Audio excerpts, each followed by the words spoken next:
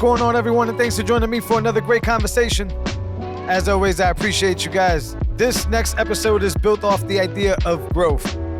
Maybe about 6 months ago, when this podcast was very early on, I had my next guest on, and since then, things have changed for the both of us, completely drastic. He's been able to lean into his artist persona and be able to grow that persona, and now I'm going to introduce him as that persona and not as his name. I introduce to you guys the extremely powerful and talented Mr. Boom.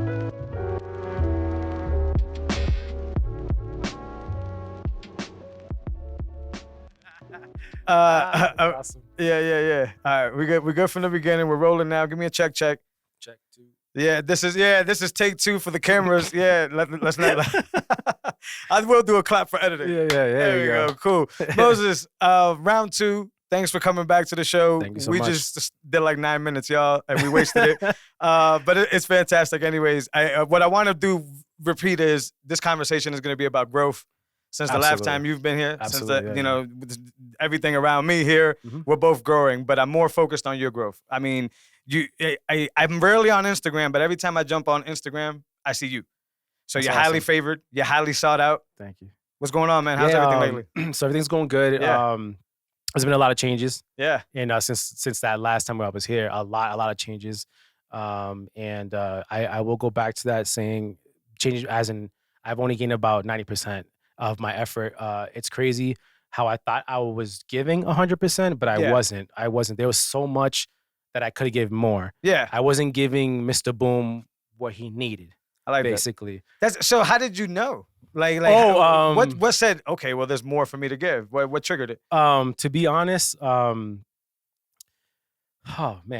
started to not feel confined inside. I felt like I was giving myself, I'm going to just drop a couple of things so hopefully people like it. Yeah. My mentality changed. Okay. My mentality changed because I've been listening and reading books lately. Yeah. I forgot who said it, but it's a quote from Albert Einstein. Okay. And it says, you cannot grow by having the same mindset that got you where you're at now. And it's not where I want to be. So I think to what it was is I have to grow out of Mr. Boom, who started as Moses. Yeah. Now I'm completely Mr. Boom. Now everywhere I go, it's like, yo, what's up, Boom? Like stuff like that. And as we get into the more and more and deeper in the conversation, I'm gonna show you actual stuff that I've done. Yeah. That I branched out and did it instead of just sitting at home and hopefully people buy my canvases. That's not what I've done. I mean, that's not what I'm doing. So it's just a big difference, man. Besides the haircut, being almost bald, but I kind of like it. I kind of like this run that's going on. I kind of like the I've been giving myself, much more of my business to my faith now. You know what I mean? Like I've gotten more more faith. Good for you. Yeah. Like, I mean, everyone believes their own thing. I believe my own thing, but it's there. Yeah. I've said some prayers, man, before, and they got answered. It's crazy. Yeah. Yeah. So I love that, man. a lot of change, man. A lot of change, and I mean, I can get into, for example, like I collaborated with Redemption Rock Brewery. Yeah, we spoke about that briefly. How did that go, man? Yeah, it was amazing, man. I go there at least once a week. I'm not gonna like to just kind of peep through. Yeah. But it's cool because I go in there and it's like, hey, can I get one of those growls? Like, all right, cool. Here you go. Oh, can I get an empty one just to have it? Okay. Oh, hey, do you know the artist? I'm like, yeah, it's cool what he's doing, blah, blah. And then I come like, oh, that's me. When I give him my Mr. Boom card, like to pay, they're like, oh, wait, you are Mr. Boom. And then we kind of chit chat from there. It's so awesome. It's the feeling, just walking in and seeing other people with the growlers and the tables. It's amazing, man. Yeah, you're a celebrity, Yeah, and they don't even know. And they don't even know, and I don't even like blowing about it. You know what I mean? But there's one thing that my cousin Chino told me. He's like, he likes how humbled I am. Yeah, but he was like, yo, he's like, when someone asks you, what do you do? Yeah. Don't just be like, oh, I'm just a local artist. Like, nah, man, tell me you're an upcoming artist. Yeah. So, with these conversations between my girl, between him, just a few other close people in my life, like, it's getting there, man. Yeah. And it's the best feeling so far, and I'm not even at my full potential yet. Yeah, so. I love that, man. That's just inspiring, first of all, because I thought you were doing fantastic even when we talked the first time. Man, because back then you were telling me what you did, which is like, hey, man, I didn't make any excuses. I got laid off my job. I remember you telling me because of COVID, and you just went right to it. And I'm like, oh, this dude's doing great. But now I'm blown away at the fact that you were able to find the fifth and the sixth gear, right? You were able to switch it up and say, I got more. I'm very curious about that because even me as a creator, sometimes I feel like I'm limited, right? Like it's like, all right, I can't give no more. I got nothing else to give. This is my easy road. And then I get in these little like hot streaks, like you say, right?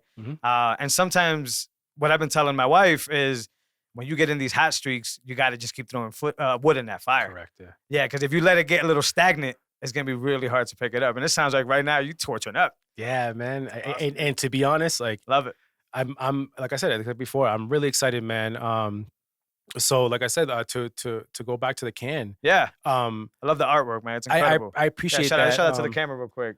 I got a little gift here from Moses. Yeah, fantastic. so I want you guys to see. So basically what it was, it's an ice cream cone, but the ice cream on the top, it's the smiley face of Worcester, right? Yeah. But it's a bomb style. If you can look at it closely, it's a bomb style. But my background theme was my inspiration was Saved by the Bell. Remember the intro? I do. Yeah. So it has a Saved by the Bell intro because it's what I grew up on. Yeah. And it's so this can's gonna be out at Redemption Rock June and July. Why not? It's a summertime theme. Yeah. So that's why I made it into a funny, like cool and style. Like it's very loved. People are like, wow, man, it's just insane. It's cool, fun. And that's how I like to draw now. Yeah. Like, yes, I drew more in depth. Again, if some people remember my old stuff, just like the pictures behind you. Yep. It's very deep.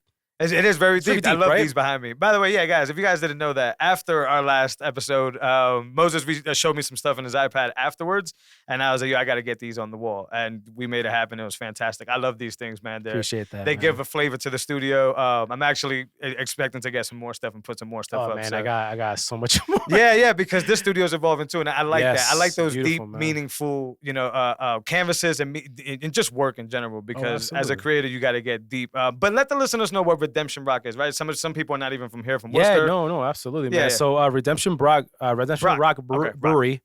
It's off of Shrewsbury Street. I always forget the address. I'm not even sure if it's on here or not. Yeah. But they're a local brewing company. Yep. Small but super dope. I've been always into IPA. Yeah. So let me backtrack to this right here. Yeah. So about 2-3 years ago, I told myself when I first went in there, because all I saw was artwork. Yep. Now, I follow Powwow Worcester. I don't know if anybody does around whatever. Yeah. But Powwow Worcester is basically the people who have did artwork all around the city. As you guys can see, all those murals, those big ones, that's them.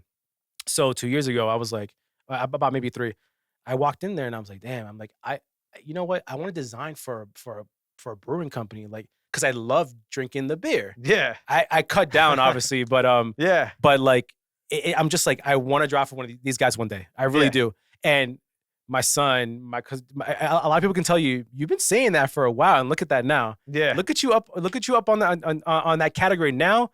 I'm next to other great artists in Worcester, man. Coco and a bunch of other ones. Like, it feels great. Like, I'm like, wow, I'm next to these people who most of them received keys to the city. Wow. Yeah. And I'm gonna let you right now, I'm up next. When I talk to you, I feel so clueless about Worcester. In a good way. It's like, all good. Yeah. Like it's like, I don't know who Coco is. I'll be honest with all that. But yes, as I'm driving by the city and I'm going to different areas, I do notice the beautiful stuff that's happening in the city. Man. Yeah. So it's good. It actually pulls me in closer to that whole situation, man.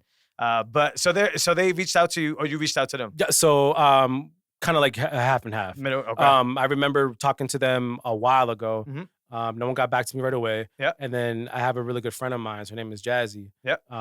Jasmine's been on the pod. Shout out to Jasmine. Yeah, Jazzy, yeah, man. Jazzy, yeah, shout out Jazzy. Yeah. But she's been also a really good art mentor. Okay. Like really good, man. Like we've been friends for many years. She does beautiful work as well. Yeah. So like she always gives me some talks here and there. So So she helped me out to get this little collaboration with them because she knows them in a way. Yeah. But also it's because of what I did too as well. That spoke for itself. Right. So I got on there, man, and like I said, the rest is history. And I love it.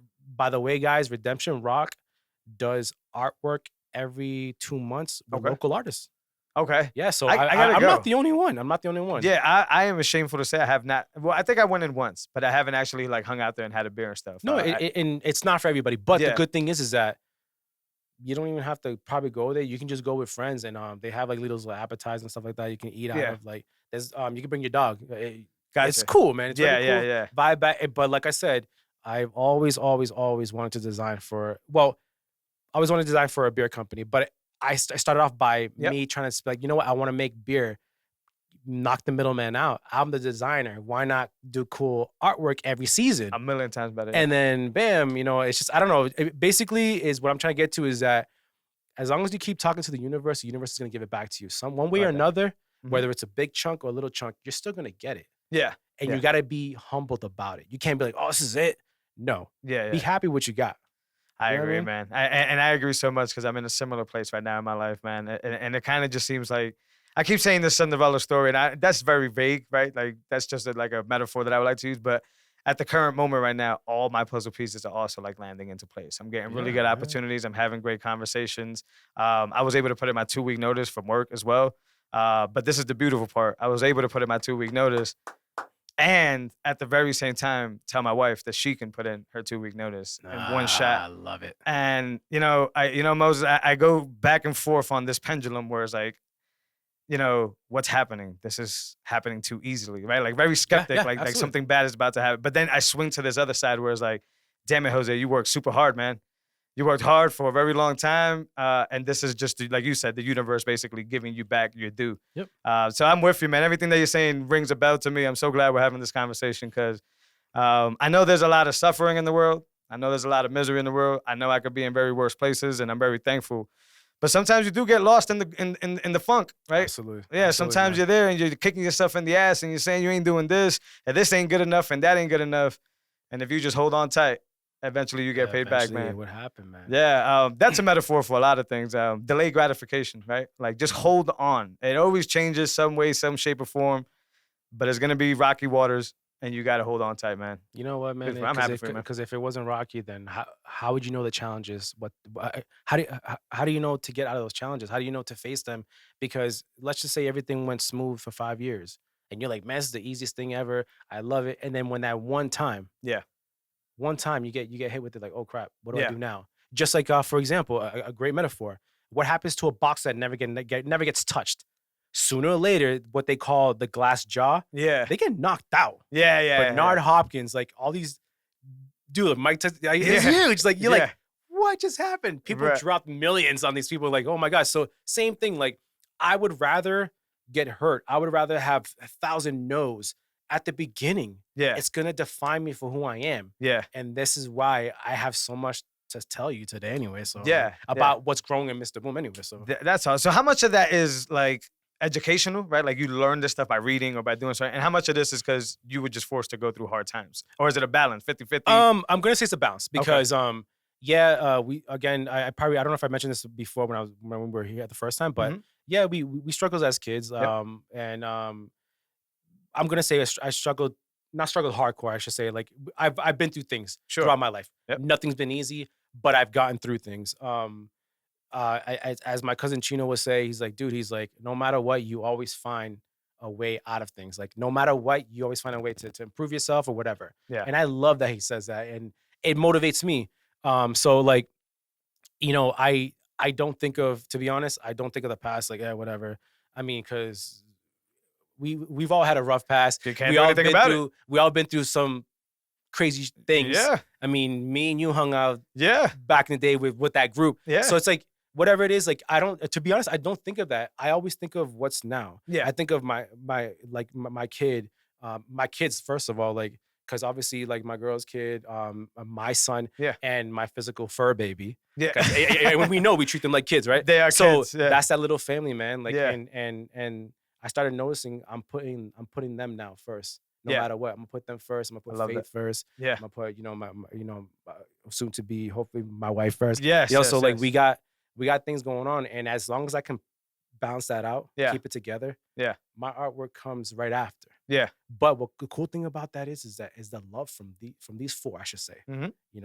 Obviously I'm not gonna include my family because they're automatic. I know what you mean, right? But my inner circle right now, like between them, like just the words that my son says, the words that my stepdaughter says, I'm gonna say the barking of my dog sometimes, the happiness of him, and my girl, like, they feed that energy to me, right? Absolutely. So it gets me ideas, it gets me rolling. Like, I feel happy. Like, dude, like I'm sure if anybody can go back to when we first talked, it was a way different conversation. It was. So from here, it's such a light now. It's a really physical light that I'm enjoying. Yeah. I'm super enjoying, and the fact that I got these people by my side, man, I'm very happy. I love that. Very happy how things are going. I love that. I understand that 1,000%. You know, you have people you love, and then you have that circle. Absolutely. Through this whole thing, I've been anxious. I've been nervous, right? Because when you leave, 2 weeks, when you leave a job, especially one that I've been at for 11 years, you get this true anxiety thing. But I agree with you, man. Everything else outside of my wife, my kids, and what's happening here was all noise. Everything was noise. Whatever anybody else had to say, yo, you shouldn't do that. Oh, you should stack up more. Oh, whatever. And I was just like, I'm not speaking to anybody about this. I'm gonna sit down. I'm gonna talk to my wife about it, and we're gonna make a decision, conscious decision. And you're right. Now is this thing where it's like, I don't care about anything else as long as these people have what they need and they're content. Correct. It's a push in itself. And further detached from the things that we grew up wanting to chase, because, as youngsters, we always chased money, whether it was hustling, whether it was businesses, whatever, it's chased money. And now it's like, this is what I should have been chasing the whole time. I should have been chasing who my inner circle is and what legacy I'm going to build with them, and everything else comes. But ready? Oh, shit. What if you were chasing that at the beginning and this wouldn't happen? True. You're put somewhere where you're placed somewhere where you're supposed to be. In a way. Yes. Whether it's hard work, whatever it is, but things happen for a reason. I believe it. Things happen for a reason. So I agree with that.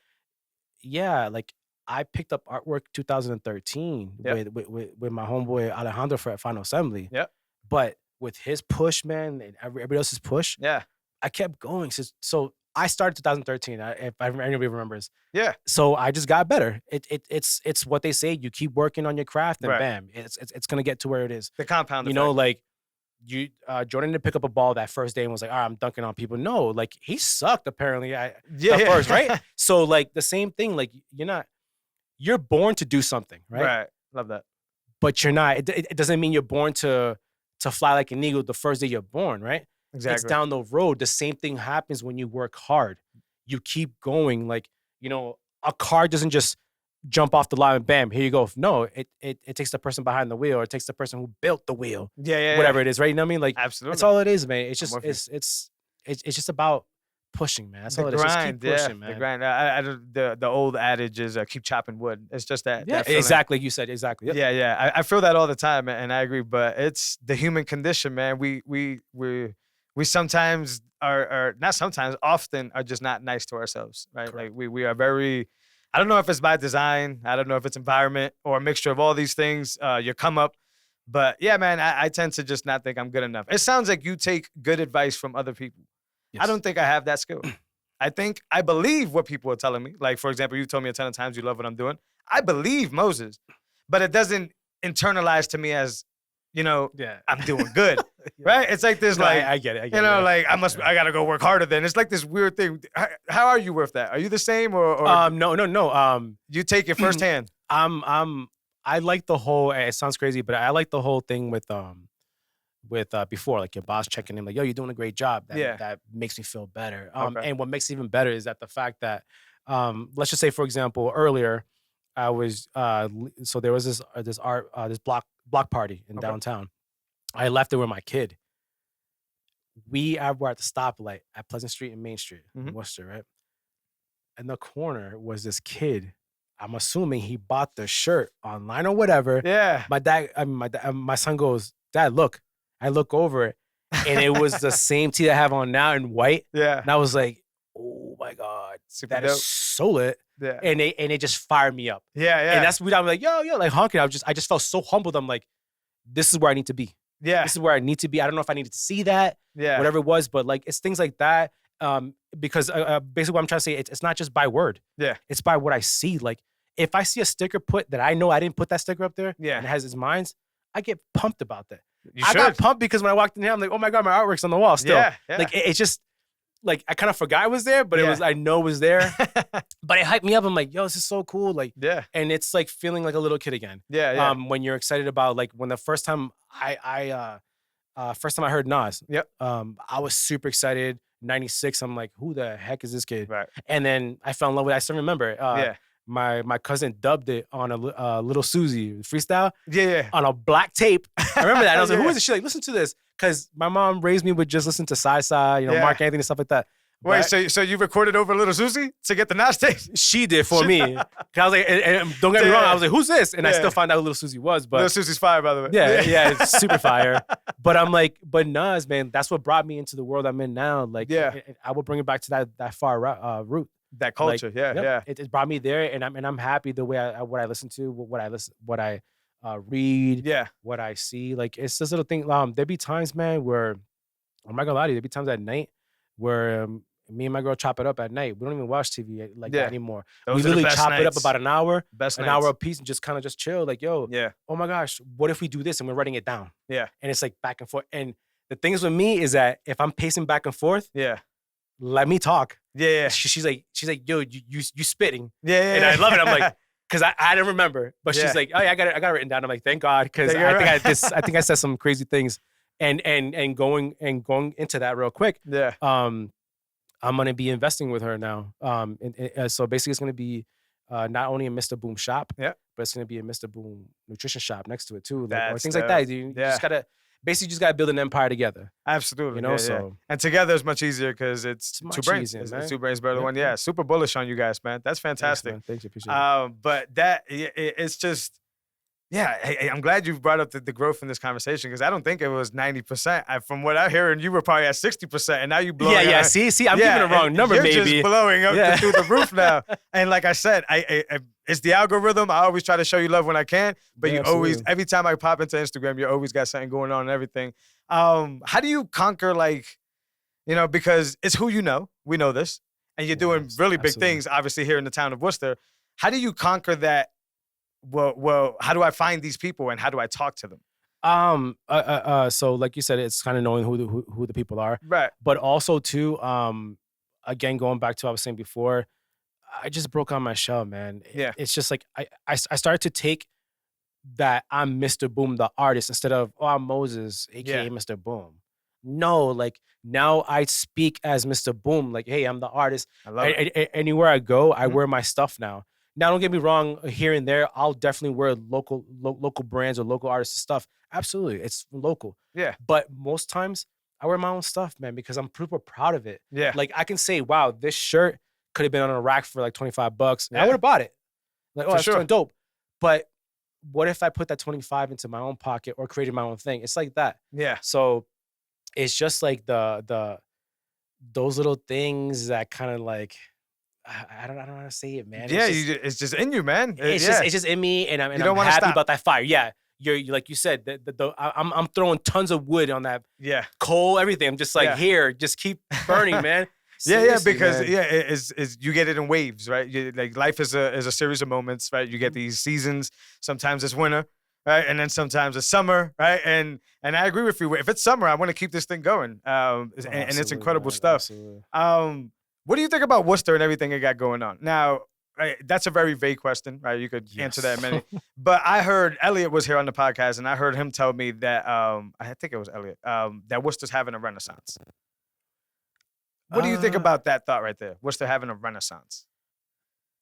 I don't know. That's kind of 50-50 because I've always said I would never put Worcester down. Okay. Because I'm from here, whatever. Yeah. But as an artist, though, I think a lot of great things are happening. The only thing that I do not like, and this is just me as a person here in Worcester in general, not the artist, is rent's going high, too high for a lot of us, and it's very disturbing that people who actually work hard, who actually need this help. Now, don't get me wrong, like most of us probably need all of it, right? Yeah. But those who really like are busting their behind to get this help, we don't get it. Yeah. Because it's like we're struggling. Yeah. Like not only as artists, but as residents in the city and things like that. Like it's very hard, man. Like just trying to find a place for me and the family. It's not easy, man. It's not easy at all. And I know it's a tough market, but also it's live. It's lively. And I enjoy that. Yeah. I enjoy the fact of we grew up in the same hood or whatever whatever it is in the city. Yeah. We've seen a huge change, man. Yeah. So to me, I'm happy about all this change. I agree. Yes, I understand that it can be rough for a lot of people, but I'm happy about it, man. It's alive. There's color to the city. There you go. Yeah. There's bright colors in the city, and I love it. There's not just boring. That whole talk with I remember growing up. This place is boring. I want to be living here. I want to grow. I want to go somewhere else. Blah blah blah. Yeah. I understand that, but you got to give a place a chance, just like how you give yourself a chance. Now, don't get me wrong. Doesn't mean I'll live here forever. Yeah. And stuff like that. But it's just the fact that it's becoming of a beautiful city now. Yeah. And I enjoy with all the other artists. Yeah. I don't mind that. I don't even mind living on the outskirts of the city just to come back for art shows and stuff like that. Yeah. You know, so I don't know. I don't know. Like it has its 50-50. Yeah. Everyone, stand 10 people in line right now. All 10 people are going to tell you a different story of the Worcester. Yeah. It's just how it is. And we will literally, they can all grow up in the same hood. Yeah. All 10 different stories. Why? Because it's how you feel differently. Like, to be honest with me, I love to eat outside. Yep. So I will go to Funky Murphy's, those little places. I would love to enjoy it. I love breweries. The Worcester ones are freaking popping, and I love them. Yeah. As you can see, I got collaboration. Yeah. But I love those things. The fun. Walking with my dog around and about without worrying, like back in the day, like without worrying anything to happen. Like, you know what I mean? Like, I love that stuff. So to say it's a renaissance, like it could be a 50-50, but I know, like the way I said it is just that's how I feel about it. You know what I mean? I agree with you. I don't think there's one answer. There's not. I think, yeah, I think you've definitely taken the best advantage of the city, meaning taking all that stuff. Absolutely. And I just think it's very tricky. I think this is a problem that's happening nationwide. And you know, naturally, when you talk as much about Bitcoin as I do, you talk about finances, and it's just scary because you've seen this happen in New York. I have family where I was younger, where I used to go to the Bronx and visit them. The Bronx is not the Bronx that I visited. It's completely degentrified, right? It's completely different. You see, you know, let's just say richer people, right? I don't want to keep picking on my white people. I love you, white people, but that sounds like every episode I have to say the white. But you know, like upper class people that have really good paying jobs that are usually just, you know, jogging on the streets or whatever. So I don't know if when he said Renaissance, he meant that, you know, people that grew up like we grew up have to fight, or if he meant that, you know, Worcester's trying to turn it into a completely richer town. Yeah. And so I don't know which way of the spectrum he was going, but I do find it very harming that, you know, Worcester's not a baseball town and we get a baseball stadium. With that baseball stadium, was very weird. Yeah. Yeah, you're flushing out a huge part of the population that can't afford to live anymore. You're increasing taxes, and then you add to that, you know, the stimulus checks that are going out left and right. A lot of people where we grew up are not aware of these things, and you know, at least for me, I'll speak for myself. It was always like, yo, if they're gonna give me money, let's get it, right? Mm-hmm. No, it's not like that. They give you the money up front. They don't even give you the money that they're supposed to be giving you, but they give you the money up front, and you're gonna have to pay it down the road. And you pay it by it being expensive. You can't live anywhere. Yeah.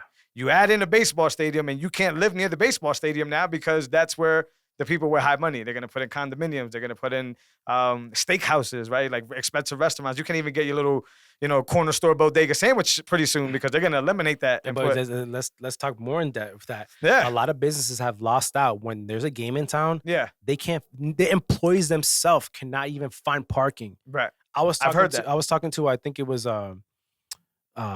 Birch Tree I was at, like in that little plaza. Okay. First of all, it was a biatch just to find parking there, right? But when you did, it's like, and the question is to always, every time I go into one of those businesses, how you guys doing when there's a game in town? They're like, this is awful. Like we don't get our regular customers anymore. Like we get sometimes we get people, but sometimes they don't, because the fact is there's no parking. All that parking is taken by the people who are at the game, which is amazing. I love the fact that that's just happening in the city. Sure. But what about the inner city people who are already there? Right. So you trying to tell me, you know, push them out, right? Who's already giving you money, who already made you grow, right? And tell them to F off, basically. It doesn't fit their image. Sucks. It doesn't fit their new image, right? Yeah, they want the upper tier stuff. And I even heard that there's restaurants or a lot of food spots inside the stadium. Yeah, so, that's crazy. So it's like, why am I going to go to the little restaurants outside when I can just get everything in here? Yeah. So they're suffocating people, but this is not new. I'm not saying, you know, Worcester's the first to ever do this. Like I said, I gave the example of New York, but you can see it. And like, I agree with you, 50-50. I don't agree with any of it. I do see that, you know, a lot of culture is happening and a lot of art is happening and a lot of things are happening. But I don't put it past these people using that as a reason to do other stuff in the background. Like if we let these artists do their thing, then they'll take away the attention of us putting the stadium in here or whatever. And let's be honest here, when people come in from out of town, culture is what sells everything. Oh, absolutely. So if you come Absolutely, into man. Worcester and you look into a wall and you're like, yo, that's dope, it just increases the value of Worcester. So I hate to sound like the dude that's just evil and all that, but like I just don't give them the benefit of the doubt. I think they're trying to get, like you said, they're going to overprice everything, and most of the people you and I know won't be in Worcester for much longer. Nah. They'll be like in the smaller towns like Southbridge, all these other small little, and I think that's dangerous. And it goes back to, I heard an actual lady. She wasn't talking to me. She was talking to another lady next to me at work. But with the last stimulus that came out, she literally was like, "Yeah, I'm gonna quit my job just because this thing is coming out," right? And then when she heard that there's gonna be this same female, so this is her same thought pattern months later, when she heard that they may be giving some now for children, I kid you not, I wish I could have more babies. What? And I'm just like, damn it, what have they done? What have they done? They've just polluted a population of people by just throwing bags at them when because you're a hard worker, that in life you shouldn't get anything free. It's just one of these things. It's a proof of worth thing. You have to be able to prove that you are worth something, your skill, your talent, you put work in. For somebody to say, like Jose said, hey, I want to exchange value with you. I can see that you worked hard on that. Here's my money, or here's my trade. You give me your trade. A lot of people nowadays think that it's as easy as just getting pregnant. And this is not to single out women. This is just the example I was given. Yeah. But a lot of people just seem to be like, or let's do a more general one. Unemployment. Yes. Why the hell do I got to go to work if I'm getting unemployment? Which is a fair argument. But what they're developing and what they're turning into is a person that now has no work ethic and can be manipulated as such. And I worry about all that stuff, man, because our children are next. Yes. And it may be cool for you and I to be able to afford what's happening now, but could they afford an apartment come 5-10 years when they need one? Very true. Very true. And it's tough, hard enough just for, let's just say a couple. Yeah. They don't even have kids. They don't even have a dog, nothing like that. Sure. Just for them, and especially making, let's just throw it out there, $20 an hour. Yep. That's still not even enough. It's not, man. For a 2-bedroom or a 1-bedroom, that's not enough, man, nowadays, because it's growing so fast. It's insane, man. You have landlords bumping things up for 600, 700, 1,000. Yeah. Why? Yeah. Like, well, I give you one reason, and I don't know, these same people, I don't know if this is the only reason, there's a big answer, but these same people that are saying I'm not going to go to work because I get unemployment are telling their landlord, this act is still intact when I don't have to pay your rent. There's people still not paying their rent. So now the landlord goes to Moses, the guy who pays his rent, and puts more leverage on him. Like, yeah, my man, you got to give me another 300. Why? Because you got to take care of the person. Right. He won't tell you that, but you know. Yeah, absolutely. So I don't know, man. It starts to become this thing where we live in a welfare state. And some people think of that incredibly negative, and some people think that that's a proper thing. But the problem is that the ones that want to work usually end up pulling the coattails for the ones that don't want to work. Yeah. And I don't know about you, but when I get older, especially when I'm trying to instill to my children that work is everything, right? It's hard when, their surroundings say otherwise. When they say, this is a very liberal state, so it's very, we got this, we got your back, we're going to take care of you. That's the messaging and stuff like that. And it's true to a sense, but if you work your ass off, you won't need the help, and you're more sovereign. You're more able to take care of your own self and do certain things. Absolutely. So, I mean, I don't know, the houses are skyrocketing, right? Sure. So, I have a house here, and I've been thinking about it, man, and it's not because I can't afford to live here. It's because the way this shit is heading, they're going to continue to do things like the baseball stadium, continue to pump money into this place. And what's the point of being here? You got to think about it. Okay, so you have the baseball stadium, right? Yeah. There's going to be a huge parking garage next door to it. And then from there, they're going to add a little open plaza. Yeah. So that when you're done with your game, go out to eat there. But what happens to these little places, right? Literally down the street. Done. What happens to, just for example, like Mai Tais, like those places like that, they're going to be done. They're going to be pushed out. Yeah. And I love Mai Tais, man. You know what I mean? That's one of my favorite spots. You know what I mean? But it's like those little spots like that worked hard for all these years to like grow with the community, basically, because you go to Mai Tais, they know you, man. It's like Cheers in Boston. They know your name. I swear. They're like, hey, it was like, they know your name. And so when these steakhouses come in across the street and these bigger places, it's going to suck. I know they're trying to do the great for the city. I know that for a fact, but let's think deeper. Let's think inner city. Right. What's going to happen, like you said, to our kids? Yeah. If we're still here, for example, if we're still here. Yeah. What's going to happen to them, man? Like they got to struggle just to get a job, because I'm gonna tell you right now, I'm not just gonna give anything to my kid. Yeah, like he's gonna work hard, and that's what I showed him since he was a baby. That's basically, like you know, like if I don't have it, I don't have it, but I'm working hard for it and I'm going to get you it. Yeah. And he would see that, you know, things like that. But think about it now. It's kind of like, well, here, man, I guess if you get this credit, you can use this much money, but just know in a month, you got to pay that back off. Yep. It's things like that we're teaching them, and it freaking sucks. Yeah, I heard this saying that said, we live in a country where not having debt gives you a bad credit score. So it's like you have to take on debt according to the system in order to build your credit score. Yep. And for those that are saying, well, then I don't build up the credit score without a credit score in this country. You can't go to places, man. I'm telling you right now. You're not doing nothing. No. You can't possibly start a business. You'll have a harder time, right? You can do it, but it'll be very hard. And that's just the game, man. And I don't know, there's other places that, you know, it's happening everywhere, but there's other places where you can actually be more sovereign and they give you more of like freedom in that sense. And, you know, Massachusetts, Worcester in general has done a lot for my life. It's a very great state. It's a very great city. It's getting better, I agree. But as I get older, my values don't seem to line up with what Worcester's doing, with what Massachusetts is doing. Correct. And the values that I want to show my children, because if you live in a welfare state, by default, just by saying it's a welfare state, you're saying you're enabling people to not do much. Correct.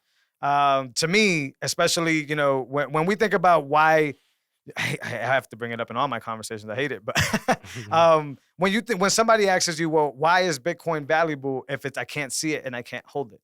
Well, the reason behind it, the reason you know that what you're receiving is pure, scarce digital gold is because of the proof of work that's behind it, right? So these miners get together and they contribute energy, electricity, hashing power, which costs us money, costs us human effort.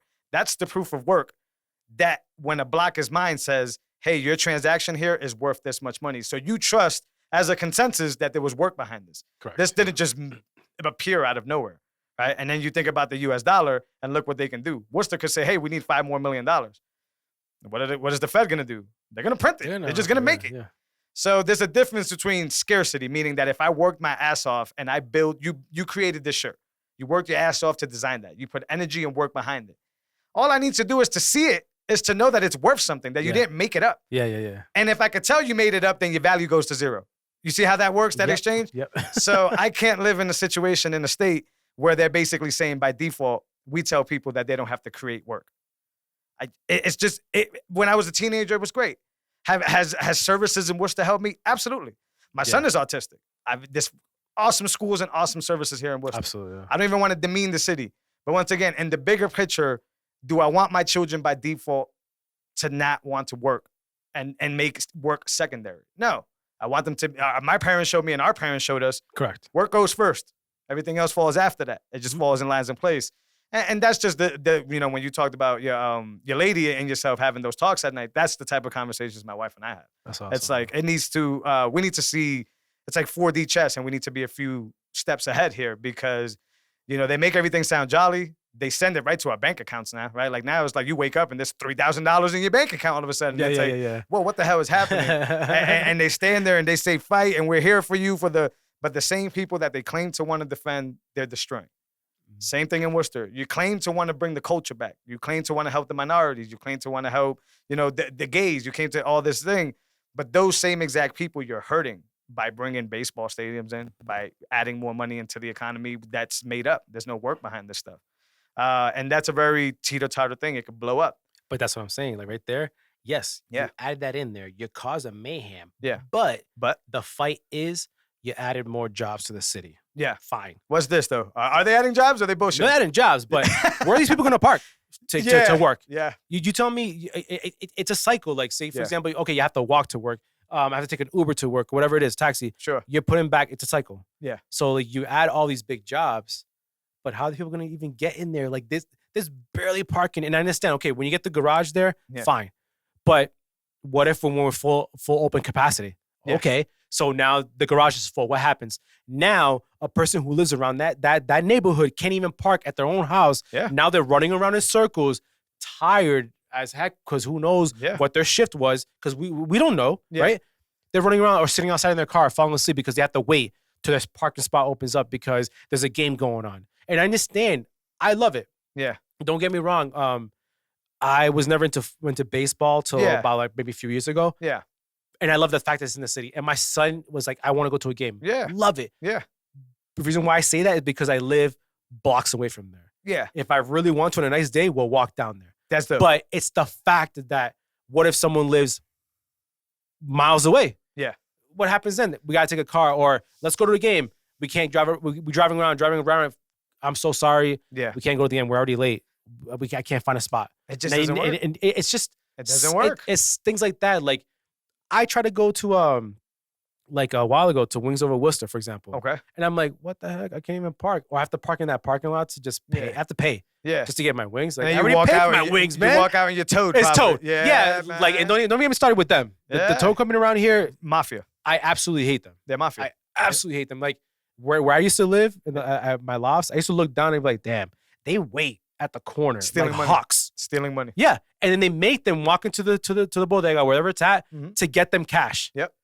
Again, it's a job. I'm not putting nobody's job down, but Yeah. the way they do it is wrong. But It's shitty. But again, Yep. what I just said maybe a minute ago, it's a Yeah. cycle. It's a It problem. goes in a freaking circle. They're and just it stealing from people, right? sucks. So go back to time to money is really all about energy, right? So they're just stealing it from us without even telling us that they're doing it. And then you try to tell. See, you're a very rational individual. So whether you agree with me or not, you're still listening to the fact that that's true, that's happening. I talk to certain people and they fight back on it. Like that's not happening. This is how the economy works, and I'm just like, this is not how it's supposed to work. And anything that's anything can't be made up. And where do people think all this money's coming from? Right? The only thing that backs the U.S. dollar is war. Yeah. It's war. So all the U.S. is saying is we'll continue to print money as much as we want because we have the biggest military in the world. Yes, as long as you just provide it back. Right. But the problem with that is that people are now noticing that, like, the more I can see of that dollar, the cheaper it is. My buying power does, right?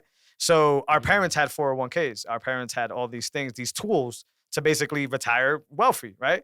Now it's a problem because think about it. Let's say your 401k does fantastic. You stack up for 30, 40 years or whatever. Your company matches you. You walk away with easy math. Let's do $150,000 at retirement. Fantastic. You go there. The buying power of that $150,000 by the time you get to it is going to be half of that, maybe even less. Absolutely. So the number's the same. And you're looking at your account. You're like, I got $150. But what the hell is the point when a movie ticket at some point is going to cost you $50? Yep. When that beer right there is going to cost you triple its price. And it's not because the company, it's because of the cost. Correct. Right? So people are sitting back doing what our parents did and not innovating, right? So the philosophy is we do 401ks, we work 9 to 5s, we stack up vacation time, we go on vacation. We do it the right way because we want W-2s and we want all that. But boy, are you stealing your time. Boy, are they stealing it from you. And even when you try to save it away because of their stupidness in DC by continually printing stupid stuff and sending money overseas, they're taking your parents' 401k, my 401k, and they're melting it. That thing is just melting like an ice cube. Yeah. And that's just terrible, man. Like, I watched my dad get out of the car yesterday. I was at my nephew's graduation. Shout out to him, by the way, 2021 class of Bancroft. But I saw my dad getting out the car, and my mom for that matter, and they're just stumbling, dude. Like, I mean, they're older. They're having a hard time with their legs. Their knees, you could just tell, is a really hard time. And the only thing I can think about in my head, man, to be honest with you, is they fucking stole his life. They fucking stole his life. All he did was come to this country and work his fucking ass off. I still remember being a little kid and having McDonald's hats because my dad was pedaling his bike to McDonald's to bring home some shit, some little toys for us to be happy with. Yeah. And he's to this day is still a working man. And boy, he got nothing to fall back on. This fucking country has completely melted him dry. These dumb policies, these dumb real estate schemes, these fiat bullshit tactics. A lot of people got rich, but it wasn't the hard workers. Nope. It wasn't our parents. It wasn't those people. So my job now is fuck that. Like I'm improving that system. I'm not going with this legacy system anymore. It's dead. It doesn't do anything. It's literally going to steal my life. So you pivot away into something else. And we could go on a completely different tangent on how that goes. But to me is you find something that can't be debased and you sit on it. You hold on it. We talked about it earlier. We just, we just delay gratification. And there's a lot of people that know how to do a lot of good trades. There's a lot of people that flip houses. There's a lot of people that flip businesses that do different things. That's fucking fantastic. But all you really have to do is find something that doesn't get debased. Bitcoin is the only one. It really is. You could do your homework. Don't believe me. Go verify. And I don't mean you. I mean the listeners. But you find something that can't be debased. Bitcoin is only 21 million and it's a consensus. Nobody could make more of it and nobody could make less of it. And it's in a time pattern and we know how it's coming. So what that means is for sure, the more of these things get bought, the more expensive your shit get because there's only ever so much of these things. Correct. So you're an artist. If I give you an opportunity to buy the Mona Lisa, are you going to buy it? Yep. Are you gonna sell it? No, probably not. Why would you? There's only one. Yeah. You hang that bitch up in your house, and your kids have it in the living room. I mean, the fact that how much I bought it for, I would never give it out. Well, there's a Jay-Z line. I think it was in the 444 album where he was saying, I get some. I'm gonna butcher it, but he'll get this painting, and then he'll turn a 2 to a 4 to an 8, right? And then he's like, I can't wait to give this to my children. Yeah. And that's what he was saying. I buy this painting that there's only 50 of for 2. I wait till it's 4, till it's 6, till it's 8. And then I give it to my children and I say, yo, you could keep it and 10, 12, or you could sell it for 8. And it's beautiful. So let's just say it's not crazy like that, but I have old stuff when I was a kid. Cards. Yeah. Remember when you were collecting cards when you were a kid? Pokemon cards? Not even that. Like sports. Yeah, baseball stuff. Cards. Yeah. Like it's just random stuff. I have football. I have baseball. I swear I put them in a stack. Yeah. It's like that. I'm like, oh, Mo, here. Yeah. And there's people in there. I seen that. Oh, okay. Yes. Shoot. Like this guy grew further in his career to be amazing. Yeah. But I told him, keep this. Yeah. Because I'm telling you, when you get older or when you get into stuff, look through this stuff. Yeah. Look up online and be like, oh crap, because I think I was talking with somebody, So I was on a family vacation this past weekend at the Cape, and we were talking about a card, something like that. Mm-hmm. And one of them had like this rare, like I think it's like I think they were like Oakland Raiders. I think and I was like, oh snap. And we were all chilling, we were just having a good time, the guys. Yeah. And I looked it up on Amazon. I was like, damn. Like I didn't say nothing, but I was like, yo, this is like worth 10 grand. Yeah. Like you have a down payment to a crib right now. Yeah. And he doesn't even know it. He's just talking about it like, oh, I probably won't even give it to my, like without knowing. Yeah. Well, I'll probably just put it aside. I throw it in this cabinet and I'm like, boy, if I knew where you at. Yeah. Like that's dope. But it's stuff like that. Like you're saying, like what it is. You pass it along because sooner or later, man, like scarcity is what we value. The dollar that I save up for my kid, it's not gonna be worth crap. It's melting. Yeah, the dollar melts, right? So it's like, once again, people are going backwards. They're doing this thing where they're just, I'll open a pension, not a pension, but one of those things for my kids, and they'll get you're giving them something that's melting by the day, when you can give them something that just retains its value and sometimes actually goes up in value, right? So let's just say for a Michael Jordan rookie card. So we value scarcity. We value proof of work. So the proof of work was not done by you. It was done by Michael Jordan. Correct. That card is important because Michael Jordan busted his fucking ass to show he's the greatest, right? Yeah. But the second part of that is the scarcity, right? So imagine Topps, the company, made 100 of those cards. You have one, right? And then not only do you have one, but it's in gem mint shape. Like this shit looked like it came out the pack like yesterday. Yeah. You have already put yourself in a small area of people that have this rare value commodity. So now you go to a Michael Jordan enthusiast, and you can sell that fucking card for like $100,000, right? Yeah. Now you're gonna think, why the fuck would he buy this for $100,000? Well, because he knows that he's gonna hold that thing for another 10 years, and his $100,000 now is 3.5 mil. Yeah. You see what I'm saying? Yeah. But they never taught us this stuff growing up, man. Mm-hmm. It was all about, go get a job, man. Go to college, man. You go to college and you get a better job, and then you could get a 401k, and you could buy a house, and you could buy a car. You get the dog, and you retire, and fuck that. That worked for our parents. I don't want to dismiss anybody that went through that. That works for our parents for sure. Mm-hmm. Doesn't work for us. Not the way the economy is right now. Correct. Not with these crazy politicians just stealing left and right and doing crazy stuff. So we move on to that. We need to move our money, our time, our energy. Because remember, I don't think of money as dollars. I think of money as compacted energy. If you have $100, you have $100 of time traveling, right? You can speed up your process by $100, right? So when I get this, if you want to think about energy and you think about a battery, I don't want to put it in a system that continues to drain my battery. Mm-hmm. I want to put it in a system that keeps my battery full. Correct. And if anything, extends my battery for longer life. That's cool. We talk about like case attachments on our iPhones. Yeah. Right. Yeah. So we want to extend our life. We want to extend our battery. And when you hold something like Bitcoin, right now, Michael Jordan card, fantastic. But what happens if your house burns down? Bye-bye, Michael Jordan card. You know what I'm saying? Mona Lisa, fantastic. What happens if they break in and they steal it? Gold bars, fantastic. How the hell do you send that to your family in Florida? Right? So now you get Bitcoin and you get this thing that's digital scarce.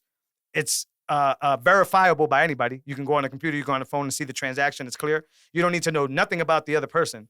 And you can send it to the other side of the globe in seconds. You can send gold, digital gold, in seconds to the other side of the planet. Insane. And it's 21 million. Meaning that if you have a piece of the Mona Lisa, they can't make any more of them. So now, same Jay-Z's line. I buy Bitcoin. I hold it till it's 2, 4, 8, 10. I give the keys to my children. right? And I say, here are your keys. You hold it and give it to your kids. Now, one is going to say, Jose, but what if I got to buy my house, man? How do I live? How do I do that? Well, collateral. You go to one of these fiat banks and you say, hey, by the way, I got Bitcoin. That's collateral. They're going to say, okay, we'll give you a loan to put against your collateral. You never release your Bitcoin. Your Bitcoin remains with you forever. No way. Okay. So that's the thing. When you have a painting, you could do the same thing. You go to a bank and say, hey, I have this rare painting. I put that up as collateral. If I don't pay you, you take it. Fair. That's the thing that Bitcoin does. And as it gets shorter and shorter and shorter, more people continue to buy it and it starts to run out. Your value, your wealth, your family's wealth continues to stay intact for the rest of generations. So I get somebody like my dad in his generation line, which, it's me, and it gets to me, and now I can completely change the history of that generation. I go from somebody who's stumbling around and doesn't have anything to lean on, to retire on, to be able to provide my children and anybody after that generational wealth for ages to come, right? As long as we're alive, of course. If the fucking meteor comes and destroys us all, then, and that's what I try to explain to people, especially where they grew up in our area, because we're all about the money, man. We're all about the hustle. We're all about getting more, and that is important. But now as a creator, to me, is like, give me something that doesn't melt. I worked my ass off to put this podcast together. I spent money. I do all that. Why don't you pay me in Bitcoin, right? So I was at the barbershop today, right? And there was I don't know if you heard, El Salvador passed Bitcoin as legal tender. No way. No, I didn't. First nation to do so. They said, hey, we're passing this legislation. Bitcoin is now accepted in El Salvador just like the US dollar is. Huge, game changer. So I go, El Salvadorian cat at the barbershop has a little sign up, accept Bitcoin. So I was like, yo, you're doing the right thing. I didn't go to him because I had an appointment with Oh Boy, but I go to Oh Boy and I'm like, damn, my man, how come you're not accepting Bitcoin? And he's like, what? And I was like, go check Oh Boy out. He went over there and asked him, what's Bitcoin? And the dude couldn't tell him properly. He was just like, oh, I'm Salvadorian. I'm just repping or whatever. But when he came back, I tried to give him a little orange pill and I tried to explain to him, yo, listen, if you get people to come here and you cut their hair and they pay you in Bitcoin, I'll flip it to you. If you get people to pay you for your shirts in Bitcoin, they're giving you gold. They're not giving you dollars that get taxed, that get debased, that lose currency. Basically. If you can handle the cost, right? Yeah, because if you need money, you need money. But this is the thing. They can pay you in Bitcoin. You can hodl that Bitcoin, hold it, and now you exchange your work for everlasting wealth. You hold it. And now if you're a business owner and you need to trade some of that, then you could just go on Cashapp and literally just turn your Bitcoin into cash and pay your bills and do what you got to do. It's liquid, just like that. So my whole rant is basically, and I hate that I got into the Bitcoin rant, but it ties the whole financial system together because it gives people like you and I that are melting, that are like, working really hard, but like still can't seem to keep up because, all this stuff. It gives us an opportunity to say, all right, well, you can steal this money, but this money over here, this is going to get tucked away in something that you can't take. You can't steal. You can't debase. For the government to be able to take your Bitcoin, because our grandparents, they took their gold. The United States basically said, hey, you guys have to turn in your gold. We'll give you a certificate. That's how the dollar started, right? Well, not how it started, but we'll give you a certificate back saying that Moses gave us this much gold. We have it in our vault, and whenever you want to come back and get the gold, you give us back the paper, we'll give you back the gold. And then eventually, years after, they basically said, nope, you guys can't get the gold back. Now you got to go on this fiat standard, on this system that we control. And they left the gold standard. So people always say about if Bitcoin is digital gold, they'll just take it from you. They can't take it from you. Well, they can't take it from you unless they remove the internet, unless they remove freedom of speech. And even at that, if you remember your keywords here, what are they going to do? You ain't got it. Yeah. What are they going to do? Exactly. They're going to suffocate you to death? I mean, what are they going to do? They can never get the actual Bitcoin. So this is one of those things where we want to talk about revolution. People like us, Moses, need to pay attention to the monetary system revolution because they've stole from our parents' lives, they steal from our lives, and they're gonna make our kids' lives that much harder. Oh, for sure. Because they can't live, they can't afford to live, right? Yeah. And then it collapses. Education is at an all-time worst, so they can't even get good jobs, right? They can't learn, and then they just end up doing what? 9 to 5, sweating their ass off with a random lady screaming in their face. Being miserable and yeah, man. All this little rant that I'm talking on is primarily why I left my day job. Like a lot of people close to me were saying like, yo, you should build up more, 6 months and all that stuff. And that's fantastic advice. I'm not even trying to discredit them. But in my mind, I was like, I refuse to let this place continue to steal my life. Absolutely. I just refuse it. Like I'm miserable and I just know too much, right? Like some people just do that sheepishly because they don't know, but I know. And it just makes it worse when you know, because it's like these people are just, making me work when I got so much more value to give. And you know that because you're creative. You got so much value to give. Absolutely. So yeah, man, have people pay you in Bitcoin, man. Like if you can, we'll talk about it off the air and how you can do that. Yeah, for sure, man. But it's as easy as just, just like Square readers and stuff. Like, oh, you're going to pay in Bitcoin? Cool. Here's my QR code. They pay you instantly. There you go, yeah. Cashapp does it, so they don't need no crazy Bitcoin wallet or anything like that. And they could turn their fiat and pay you like that. And then you as the business owner has the ability to say, well, my costs are already good. I'm going to hold this gold for my children. I'm going to hold this gold so it goes to the moon, right? Or I have to sell 50% of this Bitcoin to pay for my shirts and keep the other 50%. That's a decision. But it's liquid money. You can turn it into cash right away. So now you would ask yourself, why the hell would you not get paid in Bitcoin? Yeah. Right? Because if I pay you $30 in Bitcoin, you get $30. If I pay you $30 through Square Reader, you get 27. 20, you see what I'm saying? Like for them to do what? Yeah. When you could get 30 flat off the bat and then make the decision afterwards and liquidate and just turn it into cash. So I shout out to that barber. I don't know his name or whatever, but we're on a revolution now where we can help our kids. We can help ourselves with freedom.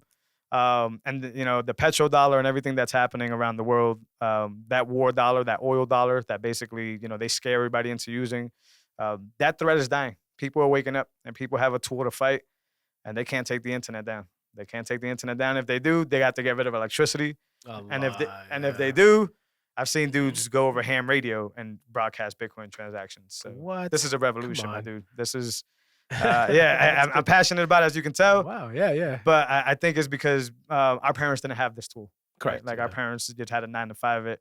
I have this tool, and if I could let as many people, especially creators, because I think creators benefit the most out of Bitcoin because it's a true value exchange.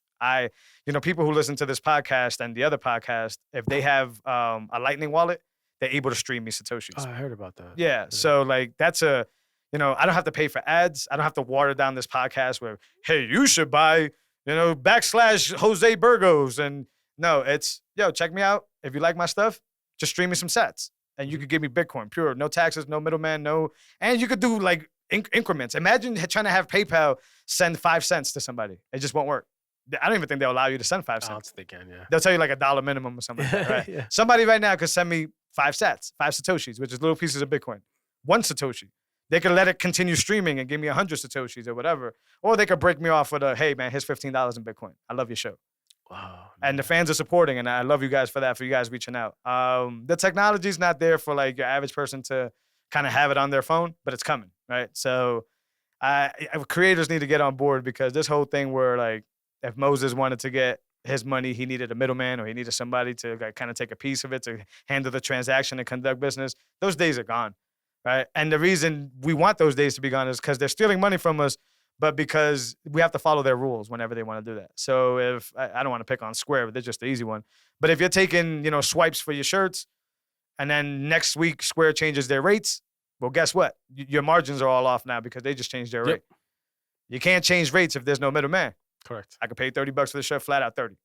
No $28.99, no none of that. Yeah. So it's a beautiful thing. But those are my tangents, man. What do you got going on now, though? What are you passionate about now? What projects you got going on now? I know we talk about the beer. I know you got many things going on. Actually, so going back to where I was saying that now I'm giving myself 1,000% now. Full effort. I like that. We moved from 100 to 1,000. Yeah. You know what I mean? Like that motivated me more. What you were talking about. So I love it. More accurate. So I'm becoming more of an artist, of a designer now. It's not just like, I'm just a local artist. So now what I'm doing is I'm creating about at least every month or every season. So what I just dropped recently, which is a cool little Universal Vibe is called. Yep. That's one of those shirts you have right there. Yep. Cool. Let's pull this out. Go ahead. Yeah. You can keep talking. And then I have another one. So I have one skateboarder, and I have another one who. So the story behind this one here, how it all started is that this was actually an inspiration on an old friend of mine's in New York. Yep. He told me, "Hey Mo, can you draw a tattoo for me?" And I said, "Okay, cool. It's fine. What's the concept of it? What's the idea?" Yeah. He's like, "Can you just draw a spaceship sucking up little things from the earth?" I said, "Okay, cool." Yeah. So I said, "Hold on a minute." I was like, "Wait a minute." So it took me a couple of days or whatever, and then I realized I'm like, "Wait, I have to add some type of drip to it." I never drew drip going upwards on anything. So I said, wait a minute, that's kind of cool, a cool idea. So, Yeah. I got the idea off of him. Yeah. And you know, shout out to Jason Williams, you know, from New York, an old friend. And that's how this concept started. Like a little pizza. Yeah. He has a New York pizza. Then, you know, the whole thing. I just thought it looked cool, or whatever. I think it looks great. And I just stuck with it. So after that, I'm like, wow. I'm going on a whole different wave now. Like it's not. Don't get me wrong. I'll still draw deep how I used to. Yeah. Right. It's not how I used to. Like it's just I will get there when I want to. But yeah. I go back to drawing fun stuff now. Like I'm so happy. I'm happy about it. Talking about it now. Yeah, I can tell. And it's like it's very happy. Like when I'm drawing, I'm on a whole different level. Like I'm not spaced out. Not trying to draw saying like a pun here, but like I'm spaced out. Like I'm just having fun, enjoying. And going back to what I was saying earlier with the music, like with Nas, whatever. Mm-hmm. I actually stopped listening to music a lot. Yeah, like, not fully because come on, man, music entertains me, music moves me, right? But you notice. But now it's like motivational speeches, you know, things like that. Like I love it, and it gets my fire going. Yeah, you know, so. So you do more speeches now than you do music? You mean, or you got? Literally. There's a new album. If I'll, to be honest, if anybody has iTunes, do you think? It's called Upgrade Your Mind. Upgrade Your Mind. Upgrade Your Mind on iTunes. Is there an artist to that, or is this just? Nope. Okay. No. So it's just basically different people talking. And it's an album. Yeah. I think Ray Lewis is the name. We all know Ray Lewis is super hardcore. Ray Lewis wants me. Ray Lewis makes me want to run through a brick wall if I could. And you know what? Like him. I can. My creativity can take me through that wall. I love that, really man. can. It really can. If I have now, it might not be physically, but mentally and creativity, I can draw myself through that wall. You know why? Because I'm already picturing myself ahead of that. I'm picturing myself above it. I'm picturing myself in all these different ways, man, that I'm not just your typical artist anymore, man. Yeah. It's not. Like, how do you break through, like, if you put like tops on yourself? Like, all right, like you're talking about you can envision yourself going through the wall and stuff. So what happens naturally sometimes when you doubt that you could go through the wall? Like, oh my gosh. Do you just listen more speeches or? So what I do now is this goes back to me having conversations with my girl. Yeah. We have it every night now. Yeah. We have it every night for about we pretty much powwow for about a half hour to an hour. Yeah. And we just talk, just spit ideas back and forth. Whether it's a bad idea or not, it doesn't matter. It's jot down. Yeah. You look at it later. You look at it the next morning, like, oh crap, that's whack. Yeah.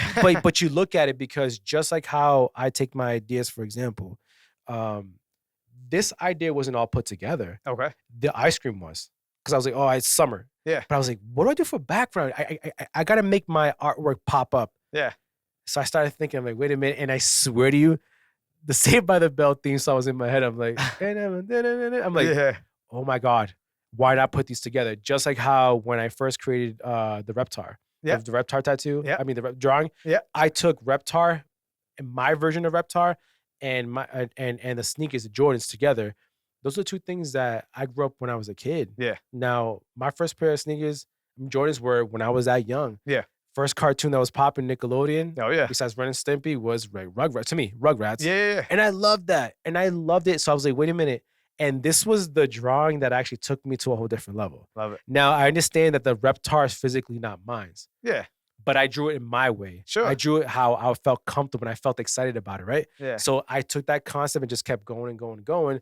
That to a point where this is where I'm at now. Yeah. Right? Yeah. But I'm more excited. Yeah. I'm more excited about it now. So for example, I have these before and after mock-ups to this package that I wanted to do when I first started. When we first talked, that idea was there, but it wasn't physically here. So I drew it up and I did everything like that. Do you mind if I show you? Nah, man. Show the peoples. All right. So this is the first mock-up of Mr. Boom. Now, the reason why it's a dynamite, because of Boom. Yeah. Right? So it's this is not the actual thing. Again, this is the mock-up. It's the first one. So it says Mr. Boom, Dream, Create, Inspire. Okay. Obviously, if you remember in the past podcast, I live by that. I live by Dream, Create, Inspire. Love that. Now, this is the package right here, right? It says that. In the back, it says products may contain some dope drip, right? That's dope. Now, inside, you'll just pull this hammer, look at dynamite, but everything would be inside, the shirt and everything. The shirt and everything, yeah. Now, from this, now, mind you, I did this in one night. I painted it red, physically painted it, drilled the holes, and I was like, oh, man, this is so cool, blah, blah, blah. From there, I got the actual package now. Yeah. So now it's legit. That's fire. So it's Mr. Boom, the signature. Yeah. And now in the back, it says that's super Warren, cool, man. And it has what's in it. And now same thing. Boom. Pull it. And then boom, all your stuff will be inside. That's dope. Now, and you can ship those like that too. That's the thing. Now I ship them like that too. Yeah. So now there's a thing to that now too. Yeah. Hit me. So this is not everybody gets it. Okay. Not everybody would get it. So Get the only thing with these is that these would drop on exclusive drops. Ah. Yep. Okay. So it will never be every single time. You won't always get this at all. You won't always get that. Yeah. You'll get, for example, the first time I launched these was I was just at a recent pop-up shop. I think it was like maybe a couple weeks ago. I put the first 10 people to come in to buy will get these. Yeah. And those 10 people came. They came, yeah. And beyond. That's pretty cool. Now, they're like, oh, where's the package? I'm like, oh, unfortunately, like, you know what? Screw it. So what I would do is that when these were gone, I still signed it and says, thank you for believing in my creativity. Boom. Yeah. No. I think you did that when I got mine. Yeah. That? Boom, boom. I did see got that. the name, kid. Come on, man. I love that. Man. But I love it. but yeah, it's just like it's a whole different concept now. Yeah. It's a whole different feeling. I'm not just your basic creator now. Yeah. I'm much more how, for example, how you got more in debt with Bitcoin. Yeah, is the same how I got more in debt with my creativity. Yeah, it's not just I'm putting the Apple Pencil into the iPad and just doing it. No, sure. I'm getting more in debt now. I'm getting more into like some different area. Yeah, where I didn't think I had. I have this collection coming up, and if anyone's listening to this, if you guys hear this before, hey, shout out! There's a lot of people actually listening to this. Yeah. No, that's but thank y'all for the loyal. It's gonna come. I have a pop-up coming up. Yeah. On July 25th. This collection is gonna be my biggest collection yet. I'm letting everybody know right now. Mm-hmm. You have to be there in order for you to get that stuff. Exclusive here. Yep. It's gonna be the summer drop 2, because the first summer drop was this guy here, the aliens. But it's gonna be huge. I'm telling you, I'm on a different wave now. I'm not just your typical. I guess I don't know if I should call myself a designer. I never really say that, but I'm more of an artist. But like the stuff that's coming out, man, just trust me, it's gonna be dope. I can tell. It's gonna have a whole different theme to it, and this time it's not your average 10 person. You have to come in. It's going to be your first 20 people. That's the much confidence that I have that I'm going to sell off the bat. That's important, man. That's like, because humans are like that, man. Humans like to be exclusive to stuff. That's exactly. That's like what people will pull up for, like rare sneakers and stuff like that, whatever. So I think is a brilliant idea. So in that rare sneaker, what happens? Yeah. That package is not your typical, open it, no. In that package, you're like, holy crap. It's mashed You're opening, you're like, ooh. Unwrapping here and there, this and that. That's what it does to you. It makes you excited because the fact that you supported this person or company, whatever it is. Right. It gets you excited about that. Right. So, excuse me. So, I mean, I know it's the same package over and over. Yeah. But when you unwrap an iPhone or whatever Samsung, that package is not boring. Right. You're like, oh snap, this is super clean. Especially like, Apple. Oh my, they win all the time, right? The best at packaging. Yep. So that's the thing with me is that I want you, when you receive this, I want you to feel the same way that I felt when I created this for you. Yeah. Because it's not just for me, it's for you. It's for. Yeah, it's just, what I would add, if I may, one thing that I would add is verifiable scarceability. And that could just be as easy as putting 15 out of 20, 1 out of 20, like a number that they actually have there. Oh, because I kept the first one I made. No, what I mean is for the people that are receiving it, because I got you. 5, 10 years down the road, you are just on another level. They can say, not only do I have one of these things that I bought way back in the day, but I have number 15 of 20. Oof, yeah. You know what I'm saying? And then it's like, there's only 20 of that color. Even if it's the same style of TNT or Dynamite, which is the same thing, right? TNT is Dynamite. Even if it's the same style, it could just be like a different flavor, a different scent, but only 20 of them. And when they show up, hey, they could verify that if they got that gold edition or whatever, they were at this place at this time on this whatever, and they only had 20 of them. It's more valuable, yeah. Because if they're all the same, somebody could just say, "Oh, I'll just make that," and then they'll do bootlegs. Correct. Right. Correct. Yeah. But if you make it like verifiable, like, nah, listen, at Worcester, July 6th, we had 20 of these, and it was at the pop-up in Worcester, and whoever got 20 of these either traded with somebody or was there at that day. Absolutely. You can put that you can mark up that price 6-7 times. Man. It's huge, yeah. So I love it, but I would add like a way to notice, like, if you notice, some cards actually, if you turn them around, it'll tell you in the corner. Yeah, the corner. Like there's only like 150 of these in existence or something like that. So sneakers, I mean, that's gonna add much more, like what you're saying. I agree, man. These are always gonna switch to every collection too as well. Love it. So the one that I got coming up, hopefully I can get into my hands onto it. But other than that, you'll have this color, but it'll switch. So for example, let's just say if this one came down the road, down the way, sure, it'll be all designed funky alien theme on the outside. Because at that time you already know Mr. Boom, hey, it's a dynamite. I love it. But he has his own little style on the outside. Yeah. That's how it's gonna be. Now, like definitely that's a good idea because I definitely will take that and ride it out. I think you should. But it these things right here, just the fact that I love that the passion that came behind it, like the drilling. Oh my gosh, like when I made it, mind you, when I drew it on the iPad, I was like, whatever, it's the iPad. Yeah, sure. You're like, whatever, I could draw it. Is this gonna come out to life? Yeah. And when I was doing it, shout out to Stevie, by the way. You had him on the show. Stevie was on the podcast. Shout out to Stevie. So Stevie is my right hand man right now. Yep. Like me and him work together closely. Shout out to Stevie. He's a really good guy, man. Like he helps me out with a lot of stuff. But you can ask him, man. Or ask anybody. Ask him. Like like when we were making this. Yeah. When I was doing it, the tying. Oh my god, it felt like. I don't know what birth is like, but this baby right here, man, like I felt so happy. Yeah. I was like, oh my, it's a freaking alive. Like, holy right. shit. Like I remember the night before, we finished about 3 of them for the show, the pop-up show. Yeah. And man, when I had that on the table, and people were like, what is this? And they were looking at the little warning label. They're like, that's kind of cool. And like, when they walked out, with it like this, like chilling, blah, blah, blah. I'm like, yo, like, that is so lit. That's amazing, man. Yeah. And going back to the guy that I saw in downtown, I'm pretty sure he was one of the. A lot of people wear a mask. Yeah. But I'm pretty sure I'm like, oh my gosh, this had to be one of them. Had to be. Yeah. Because I would have remembered his little style, whatever. But this is what it is, man. This is the future of Mr. Boom. Okay. It's not gonna be your plane selling it out of a trunk. I'm not saying that it's bad. Please, whatever you gotta do to sell your stuff, sell it. All power to you. But I've been doing this since 2013, and I think it's time for me to have Mr. Boom grow.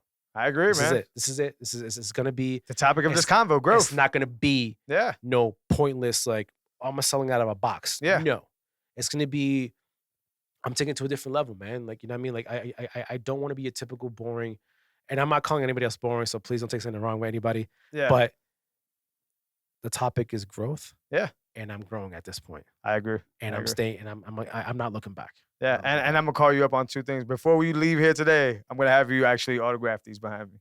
No shit. Okay. Because I don't know how many of them exist, but I know how many of them have been signed. And it's probably gonna be these 2, right? Yeah. I mean, that's super exciting. Yeah. So that's my verifiable scarce ability. Whereas like, the artist didn't just print this; he autographed it for me. So Thank you, man. I appreciate that. Yeah, man, absolutely. I believe in you. I think you're gonna be as you continue to grow, you're just gonna go to the moon.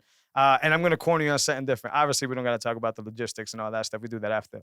I actually wanted to, which is why we started talking about even coming back for the second podcast. I want to get you to design the cover of my next book.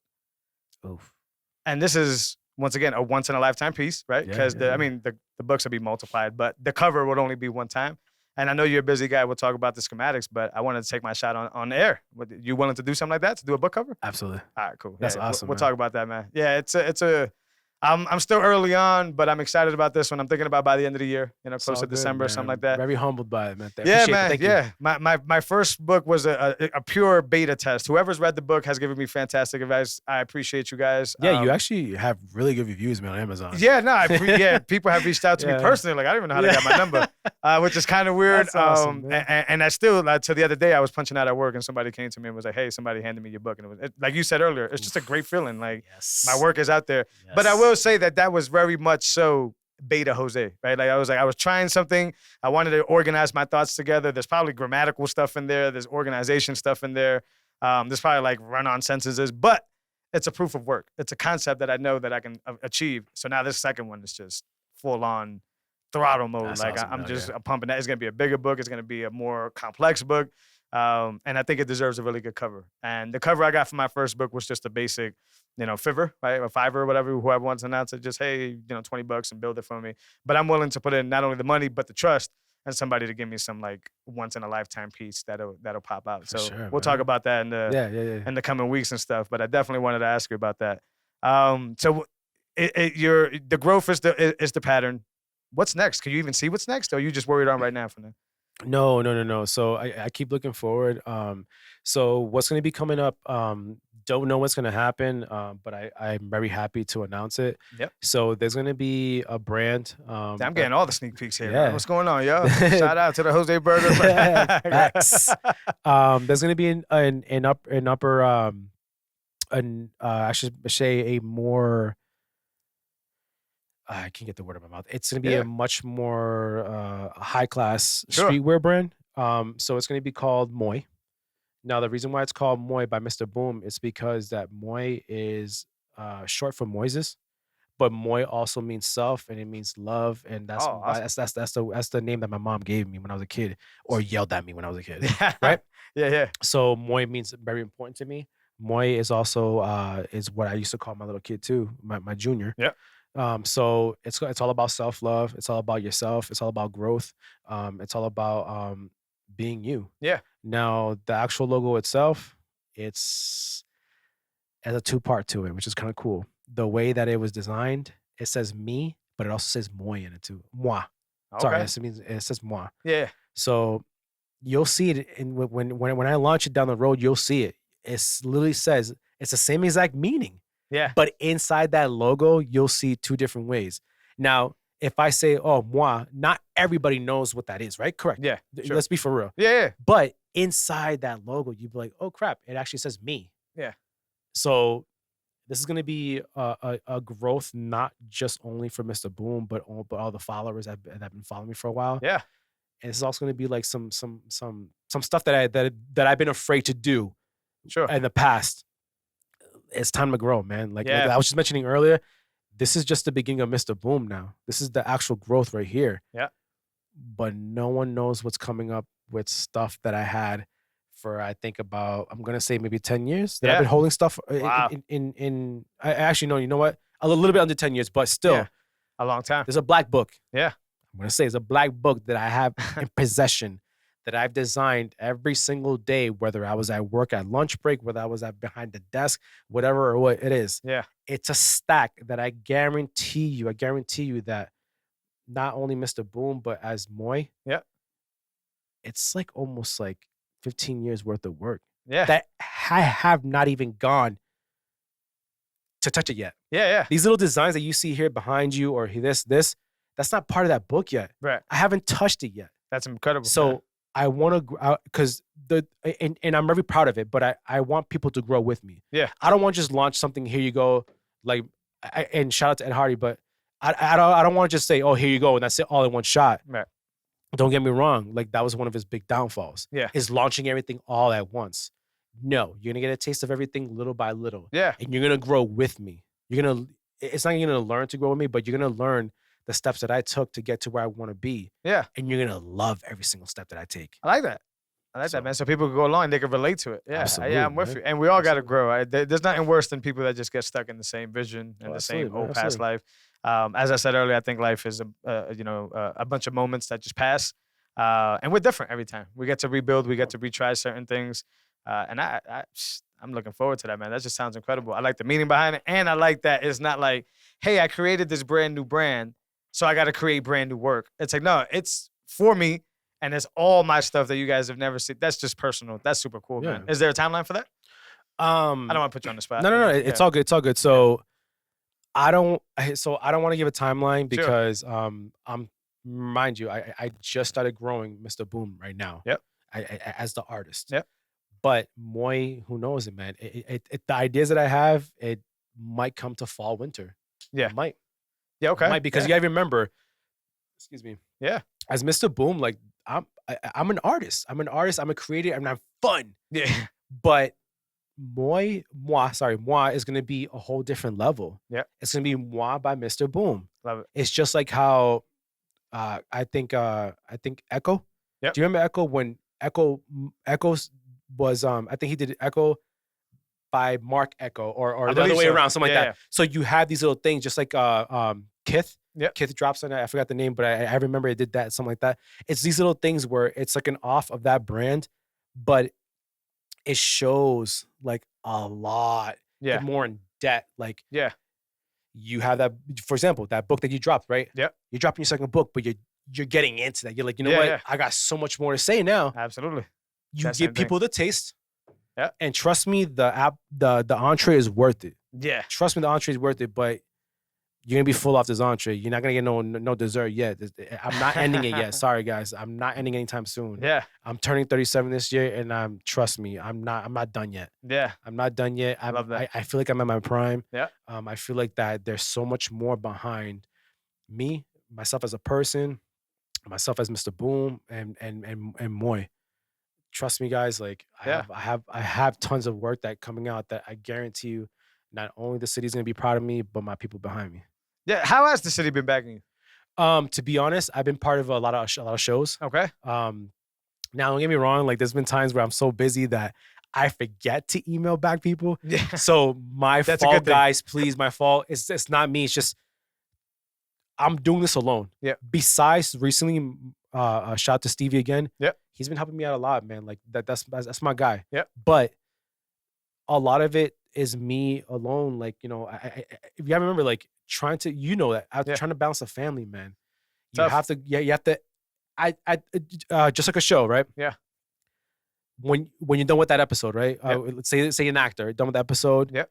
All the lights shut off. What do? If you're a real committed actor, you're not gonna go out and about a party. Nope, you're gonna go literally back home. Yep. And you're gonna study your lines for the next show. Absolutely. And all that stuff. It's the same thing with me. Yep. Just because when I drew this, no, man, like I was on. Oh, okay, next, let's go. Yeah. Like I sent this out, I think in May. Yeah. Or even a little bit earlier in April. I got rid of it. That's it. Yeah. Now it's time to move on. So like that time got me to build this. Yeah. And then from that, it got me to build this big collection again that's coming out in July. I'm telling you right now, everyone's gonna be happy about it. Yeah. But it's these little things that build what's the progress? Yeah. That it gets me to get that way. Like makes me feel that way, makes me feel happy. That again, that fire keeps you throwing wood in the fire. Yeah. I want to jump for joy right now. Like I'm so excited right now. Like I'm like fidgeting.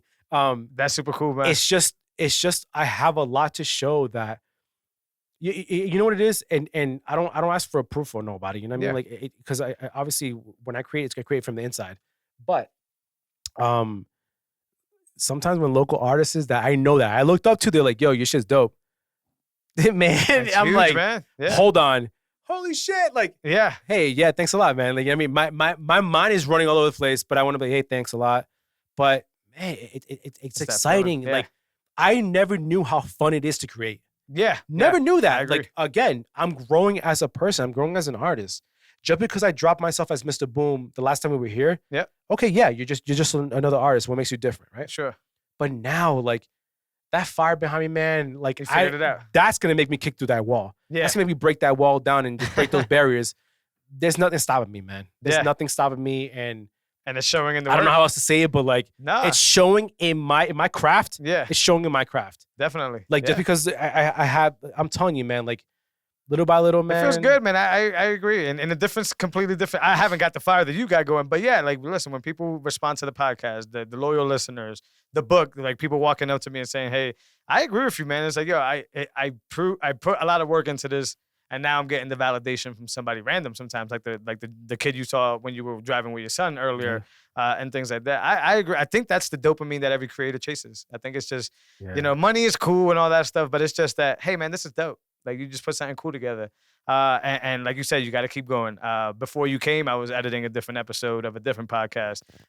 When you leave, I'll probably organize this episode and get all that stuff synced up and lined up. You have to keep doing it. You have to want to do it. And hopefully the end user, the person who buys it, the person who sees this, the person who listens to this, can at least feel the amount of energy that you put into that. And as long as they can feel that, at least for me, I won't speak for you, I think that's a good day for me. That's what it is, man. That's a powerful day. And it's easy for us to just exchange money to say that, but it's more than that. It's just the the validation for you to say, damn, man, thanks, man. That was really dope, you know? Nah, but what it is, Jose, is sometimes, man, like sometimes it doesn't even take currency. It's the energy that we share between each other, man. They were like, wow, like, you know what? Your vibe was so dope that I got an idea off of it. Or your vibe, like, whatever it is, like, it's just the energy that you share between each other is what creates like the world around you, whatever it is. You know what I mean? But like, I believe in that. I believe in like the energy that we shared, and we shared a whole different energy back then, bro. Yeah, for sure. That's why I was saying, like, we grew up a lot. We grew up a lot. Different right? times. So it's like, that was a different energy, but like the energy that we bring right now to the table, it's a whole different thing, man. It's a collaborative energy. Like it's beautiful. Yeah, I agree. And that's why I love talking to you every time. Even as a few text messages. This is going to sound like I'm gaslighting you, but I'm not. You have, as people can see through your personality here, you have the most vibrant text messages. Like, I can feel you glowing through your words. And I'm like, this guy is excited all the fucking time. And I love that, man, because sometimes we have shitty days and it takes for that person to come back and show love, right? Sure. Like, especially like if you don't talk to the person often, you reach out to them and it's just like the last time you talked to them. And you just picked off where you left off. And that's rare. I don't have that with many people. I have that with you. Thank you, man. And I value that. It's important. Moses, tell the people where they can find you, where you want them to go, what they should do, how can they get this dope stuff? You want to shout out anybody else you're working with? That's cool too. No, absolutely. So letting you guys already know. So again, Redemption Rock collaboration I did with them. You can find these growlers for about $12.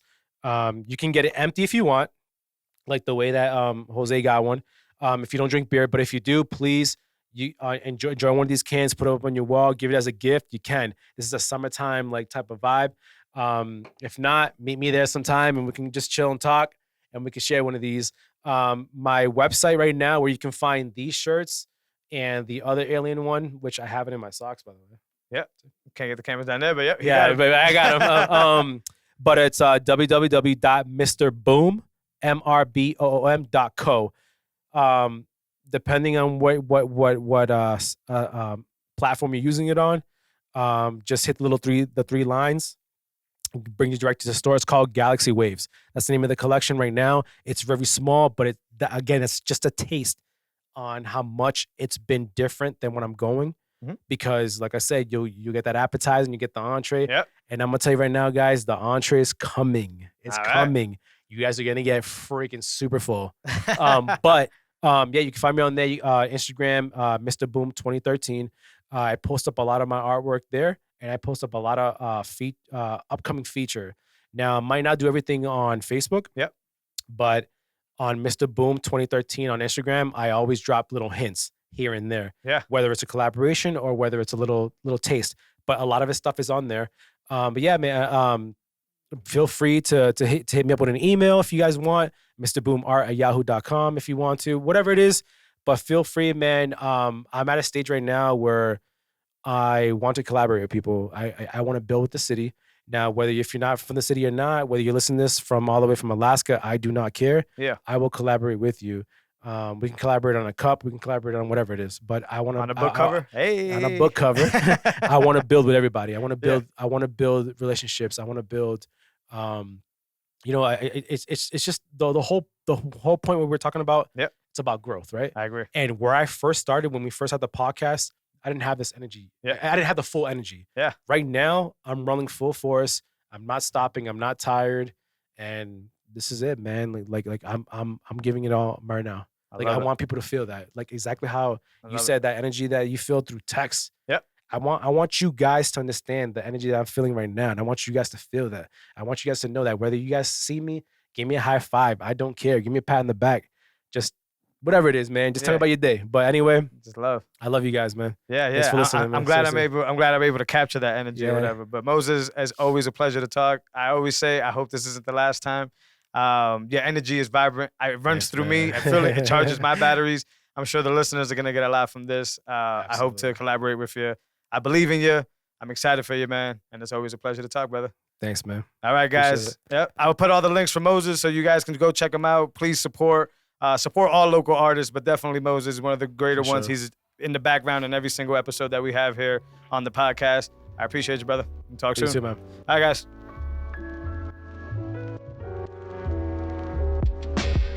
That wraps up another great conversation I really hope you guys got a lot out of that. I don't see how you could not. Mr. Boom is so creative. He's so, graceful with his words, and he's so giving with his time and everything else that he does. And in my opinion, when you do all these things, the universe pays you back. It pays you back in the correct change. It doesn't give you any loose change, if that makes any sense. As always, guys, if you like this conversations, please rate, share, and subscribe so I can continue to have the conversations I love to have, and you can continue to get the conversations you love to listen to. As always, take care. Later.